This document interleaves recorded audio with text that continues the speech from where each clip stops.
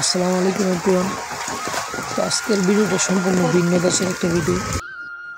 আজকে সকাল থেকেই প্রচুর বৃষ্টি হচ্ছিল।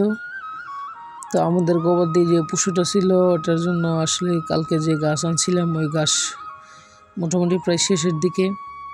পোলাপান বৃষ্টিতে ভিজা ফুটবল খেলতেছিল, বাট আমার কাজের জন্য খেলা হইব না, এখন ঘাস কাটতে হইব। তাই গোসলের আগে বেরিয়ে পড়লাম ঘাস কাটার জন্য।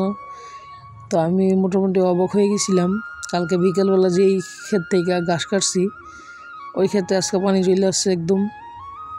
আমি দেখে পুরোপুরি অবাক। আসলে বর্ষাকাল শুরু হইতেছে। কালকে এই ক্ষেত থেকে ঘাস কাটে নিয়েছিলাম, আজকে এসে দেখি এই ক্ষেতের মধ্যে হাঁটু পানি। তো যাই হোক, কিছু করার নাই, সবই আল্লাহ তাআলার ইচ্ছা।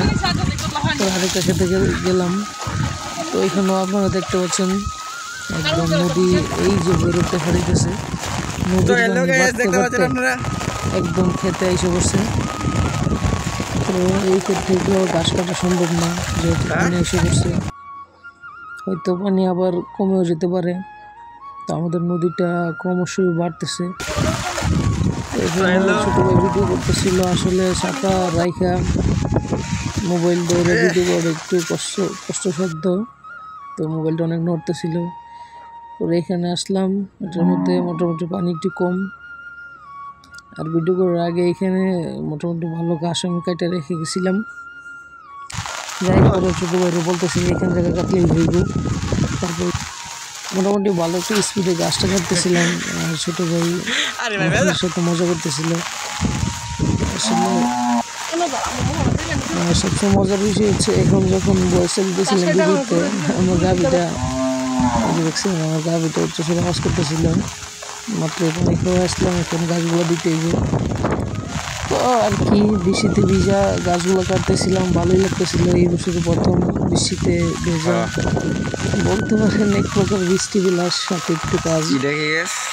এই কাজ করার পরেই সাথে সাথে গিয়ে আমরা ছোটো ভাই দাদা সবাই মিলে গিয়ে একটু ফুটবল খেলছিলাম। এখন ভাই একটু ভিডিও দেখাইতেছে, ফটোগ্রাফার ভিডিওগ্রাফি করতেছে, কীভাবে বৃষ্টিতে ভিজতেছে নাইলে খেতে গেলে আর কি। তো যাই হোক, ভিডিও ভালো লাগলে অবশ্যই সামাজিক কাজে লেগে পড়বেন। কোরবানিতে যেহেতু আর মাত্র কয়েকদিন বাকি, আমাদের গবাদি পশুগুলোকে বেশি পরিমাণে খাবার দাবার দিবেন, যাতে করে তারা সুস্থ থাকতে পারে। ইনশাল্লাহ দেখা হবে পরবর্তী ভিডিওতে। সে পর্যন্ত সকলেই ভালো থাকবেন। আর